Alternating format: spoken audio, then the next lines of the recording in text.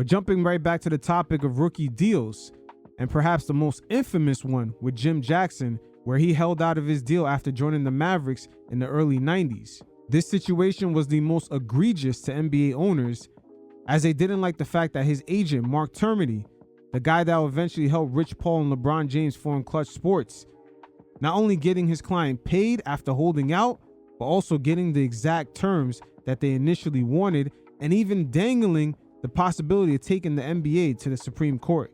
So there was a lot of ramifications from this scenario. Of course, a few years later in 1995, they introduced the rookie scale contract, capping how much money rookies can make, also putting a limit on the mobility of those players in order to move from team to team in their first few years in the league. Jim Jackson gives his perspective on the story. You guys check it out, and every once in a while, I'll check in. When I first got there, I was the first one. We already had an interim head coach.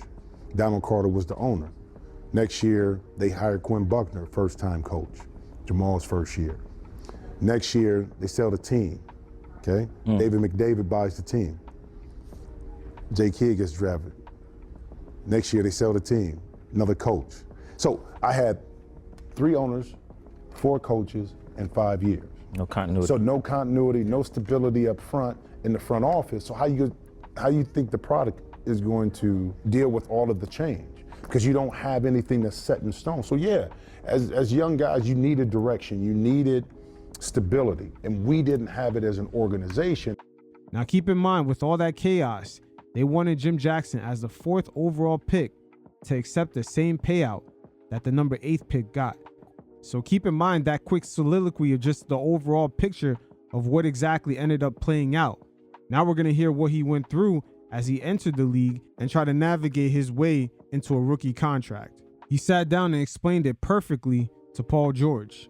When you finally got a chance to get back into the game, you played 28 games, you said. How awkward was that situation going back into the locker room now after being drafted, and then you're coming in later into the season? Well, it's funny because I never got a chance to be in Dallas, period. I got the press conference after I got drafted, and Donald Carter was the owner at the time. Norm Sandru was the general manager. But after that, I was back in Columbus, back in Ohio, training. So as we got closer to trying to get the deal done, nothing was getting done. So I was doing I never was there.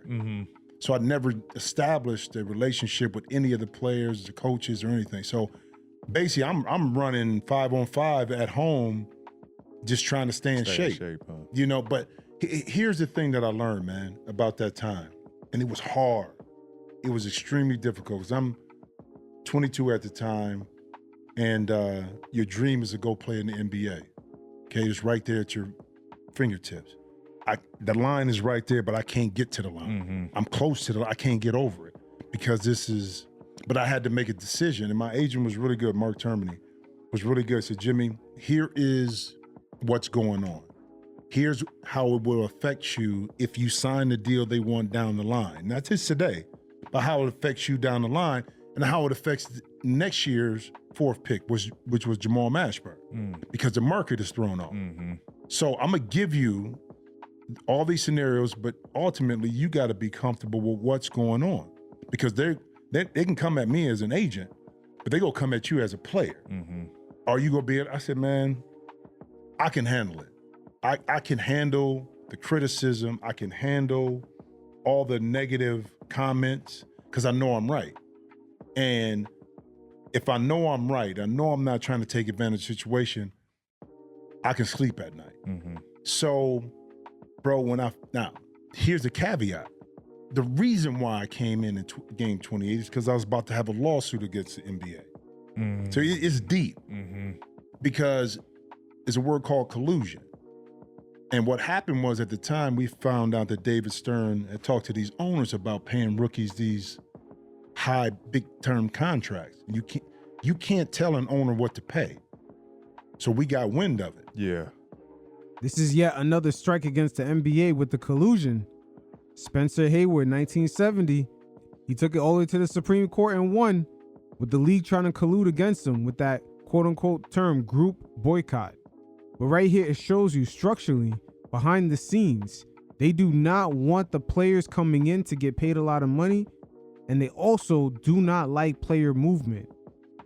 So the NBA going into the new TV deal, we're seeing this play out in real time. We're going to see a lot less superstars becoming free agents, and player mobility now has been reduced to a bunch of middle-tier players going from team to team. Because there were some trade scenarios in which Dallas could have traded me. Then they didn't. So we got wind of it, went to the Players Association and said, we want to file this lawsuit against the NBA.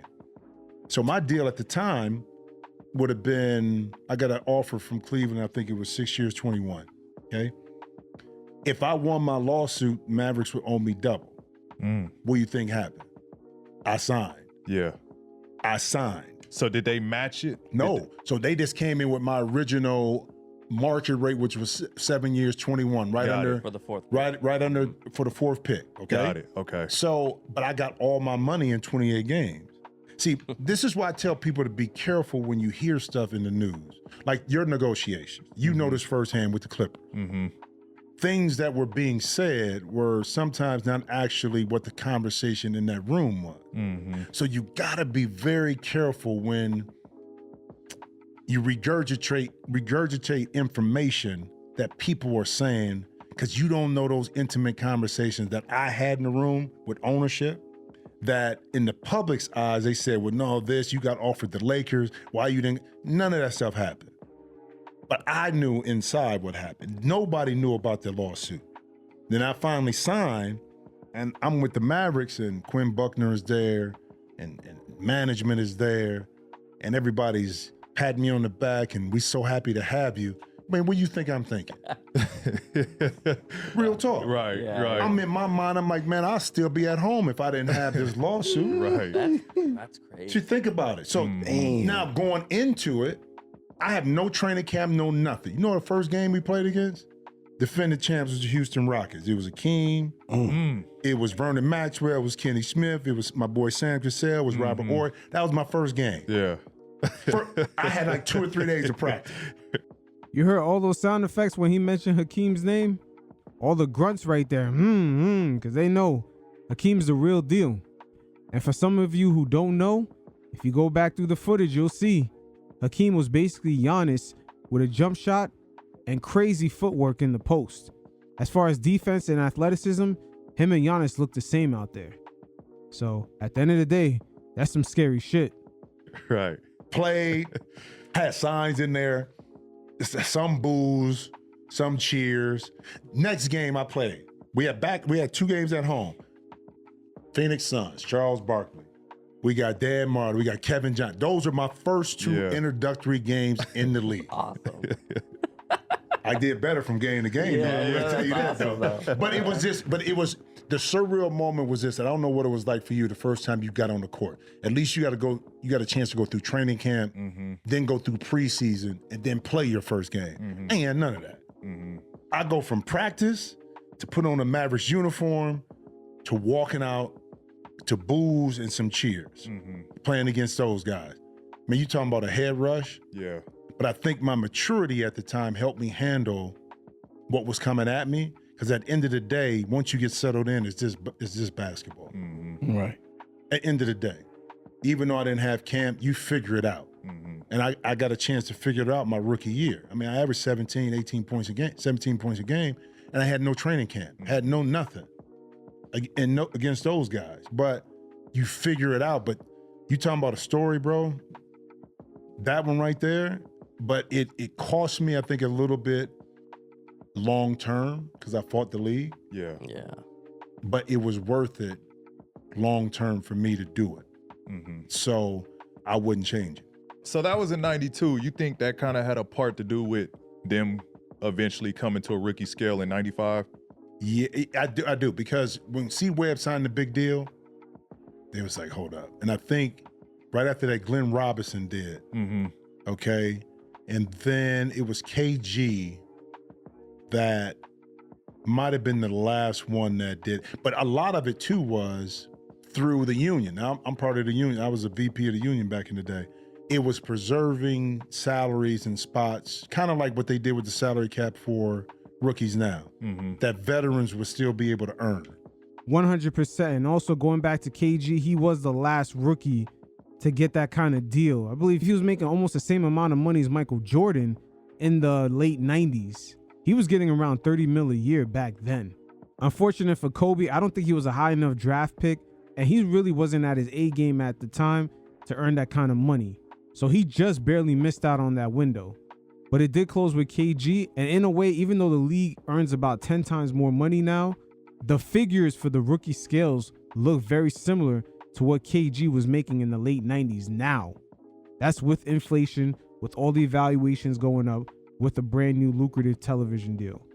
So it shows you the impact of these situations, the impact of these guys like Spencer Haywood going to court and fighting the league. Same thing for Jim Jackson right here, standing his ground, not willing to take the same salary as the 8th pick. So that had a lot to do with it too. And again, back then you weren't making the TV money either. Right. That's a whole new. So it was a little pushback from the vets that the rookies can come in and make this big money right away. Mm-hmm. Think about it. When I came in, bro, I was making $3 million a year. Michael Jordan was making 2.6. 2.6. That's crazy. That's real crazy. On his deal. He got his big money on the back end when he got, 36 million. But at that time, Mike was making 2.6. Yeah, that's crazy. That's a dynamic the NBA will never, ever really experience anymore. Just the hunger that came out of the money being so limited. Guys were getting like 10 years, $10 million contracts.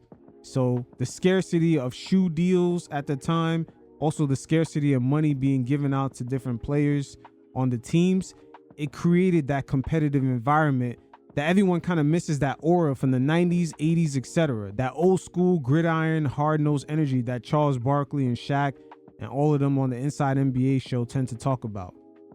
You're talking about globally. Mm-hmm. Why you think NBA is in China? Why you think they're in Brazil? Why you think they're in Africa? Why you think they're in India?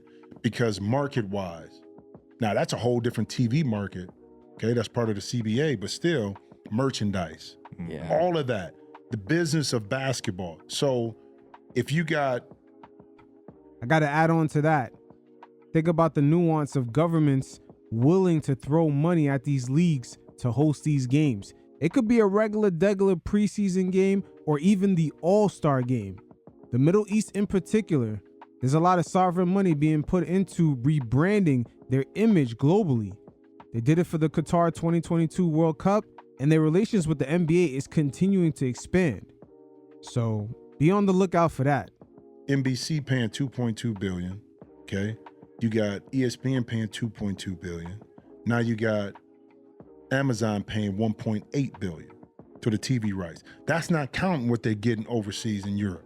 That's not counting that. That's just domestically. Mm-hmm. Yeah. So as those numbers increase, the salary cap increases, players' salary is going to increase. That you think franchises. Boston sells for $6 million. Well, $6 million. Lakers just sold for $10 billion. Yeah. They said million. No, billion. So Boston sold for $6 billion. So you think that somewhere, but the Lakers are so much more valuable, but not how much more valuable are they than the Celtics? It's who want to pay it. So you keep asking like, how big? We thought it was a big jump from when Mr. Ballmer bought it for $2.3 billion. Yeah. But that's a $4 billion difference between the Celtics. But I don't know. Did you think it'd be capped out one day?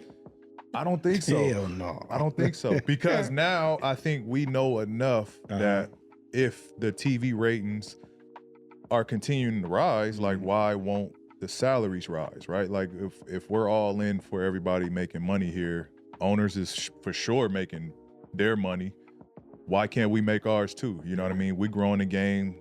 You know, I think the with the social media now, like the players have even more power with their brands. And what I'm trying to say, like with the social media, people like we can see what he's doing. We can see what they're doing. I think that was what was limiting the game back then, right? You got big personalities. You got MJ. Like just imagine if social media was present in MJ days, how much that would have drove the game that much more. So last but not least, we're going to hear from Mark Termini, Jim Jackson's agent at the time, and the man who not only laid down the blueprint for Rich Paul and LeBron James's Klutch Sports, but he also helped them in that business venture. He gives great insight to the leverage of power that owners have, even to players that have a 1% talent around the world, to the power dynamic between owners and players within these contract negotiations. And surprisingly, even though these players have a 1% talent that you cannot find around the world, at times they are still intimidated during these negotiations to get their true value, and it's almost as if they negotiate from a weak position. You guys check it out, and every once in a while, I'll check in. Again, I don't assign morality to anything that positively or negatively to money, tactics, good faith, bad faith. It's a game. And I've had guys tell me, Mark, stop playing games, or I'm not going to play games. It's like, really? Well, guess what? Life is a game. Negotiations are a game. I put that in the book too. If you don't want to play and somebody else wants to play, you're going to lose. And yeah, I'm playing a game and you're using your tactic. I'm not mad at you, but it's my job to recognize your tactic, to counter it, and to come up with my own tactics. If I told you the owners are great, we've got this deadline, whether it's a marketing deadline, I've heard religious holidays deadline, I've heard wedding deadlines, I've heard investment deadlines, and it's easy, especially if the agent and the player, and this is a very subliminal psychological trait that you guys will recognize as you see it, but maybe you've never really thought about it, where the agent and the player view themselves somewhat as inferior to the owner. The owner's a billionaire. These are very intimidating guys. The team is a very powerful institution. As one player told me that I highly respected him, but he was questioning a tactic. He goes, the man always wins. I'm like, well, not always. Not if somebody is skilled enough to exploit the needs or the weaknesses that the man has. I never accepted that. And I never went to the table with that. So that's where I came up with the axiom. I see too many people say, well, I've got to get this done by a certain day, whether it's because July 3rd, all my friends are going to ask me, why is my name not on the scroll at ESPN? And I have to educate that client, say, who cares? Why are you imposing an artificial, free agency doesn't end until November, hypothetically. And the media also helps perpetuate that narrative. Again, in the mid-2010s, a lot of media members, especially coming out of ESPN, used to point out that guys would have to hurry up and get deals done before teams run out of money. It always sounded dumb, but they always alluded that this would end up being the situation. So why are you imposing an artificial deadline? I have to get my contract done by the 3rd. I have to get my contract done. I'm going on my honeymoon. I've heard all of these. And you have to have enough stature and experience to tell the player, like, look, I don't care about your honeymoon or your cruise or your holiday or whatever it is. When the deal is done properly and it's ready to sign, that's when it'll be done. And you're going to be a lot happier for it, young man, because you're going to look back and laugh and say, wow, why would I sacrifice my position for this artificial deadline that I imposed on myself? And people do it all the time in business. They'll just say, well, I'll get back to you with an answer by Wednesday. And I ask them, well, why are you imposing that deadline on yourself? Why don't you just wait? Because you don't know what's going to happen on Tuesday. Something else might come into the equation that you can use. So that's where that comes from. Why it applies to many different areas across the decades of negotiations, but also outside of the NBA negotiations. Again, we're hearing from Mark Termini, the guy who basically laid out the blueprint for Klutch Sports for Rich Paul as well as LeBron James to follow. And he has well over 30 years of experience dealing with NBA contract negotiations. And just seeing his mentality when dealing with the owners, just always understanding that there's always an angle that you could exploit, and they have deep pocketbooks, so why not put them in a position to pay? But he also spoke about how franchises leverage historical payments, just like how Jim Jackson spoke on earlier. Had he took that bad deal as the 4th overall pick, what's going to happen for the guys that would play behind him? And also, Chris Webber spoke about taking his one-year deals and how that would basically reset the market, thus forcing the owners having to pay rookies a lot larger piece of the pie. Mark Termini right here speaks about owners using that same exact historical context to even justify not giving guys like LeBron James the max, as he himself had to fight for LeBron James to get that sort of deal when he made his return to Cleveland back in 2014. To educate the clients, because I'm the more experienced person and that's my area and that's what they're paying me for. And I found that when you take the time with any of those players, they may be relative levels of experience, they'll grasp what the strategy is. And if there's a certain amount of trust and respect, it's amazing the things you can accomplish. So we did that with all those players through those years. I did that with the players starting in the 80s. But as to LeBron, look, no team, and this is nothing negative towards the Cavs, they don't want their number one asset having that kind of freedom on a year-to-year basis. They still don't. So it had to be imposed upon them. And it was. And one of the points that I was very adamant about is making the point that LeBron had never had a max contract until I was in charge of negotiating his contracts. And if I had a nickel for every time somebody would say, before I represented LeBron, before I was doing his contracts, and it's still to this day about top players, people say anybody could represent, insert name, Michael Jordan, Wembanyama, LeBron James. And my response to that was like, really? Then why has he never gotten a max contract until I did his contract? So it must not be so automatic. So I took pride in that. And the other part was more global. And I felt like if my name is on it, he has to get what he should get, not because of Mark Termini, because who he is. And if LeBron James doesn't get a max contract, there's not going to be any more max contracts. Because if you know how teams work, they're going to come in, they're going to tell the next agent, hey, LeBron doesn't have a max contract.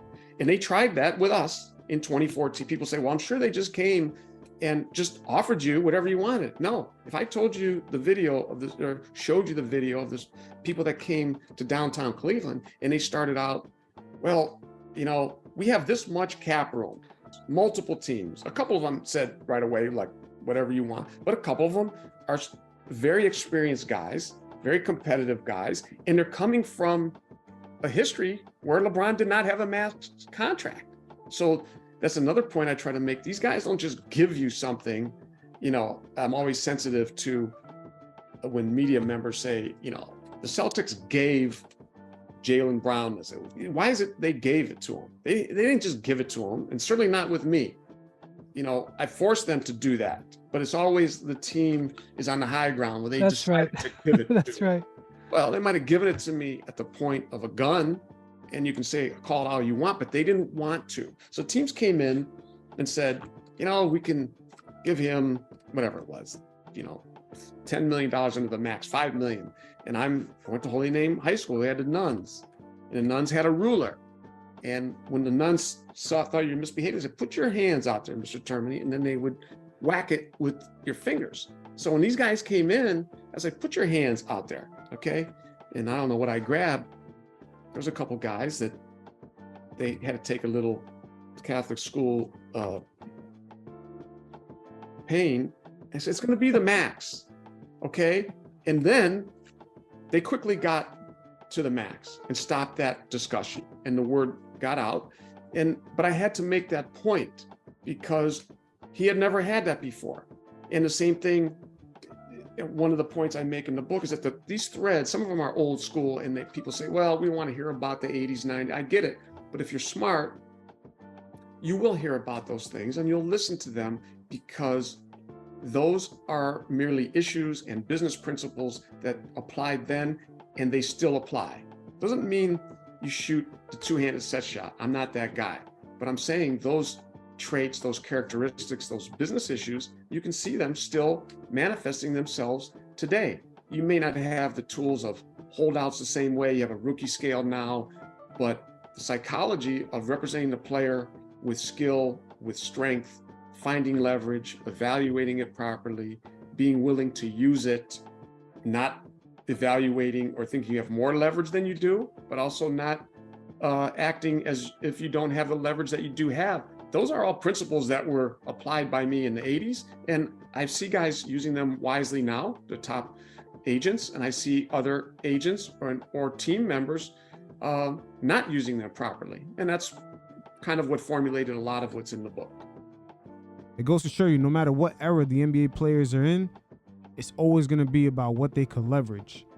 And if they came at LeBron James after 11 years of playing in the NBA and dominating, and still tippy-toe around the max because he never had it before, you could only imagine how they felt when they seen Chris Webber opt out of 1-year rookie deals, Jim Jackson getting paid a large amount of money without even playing half his rookie season.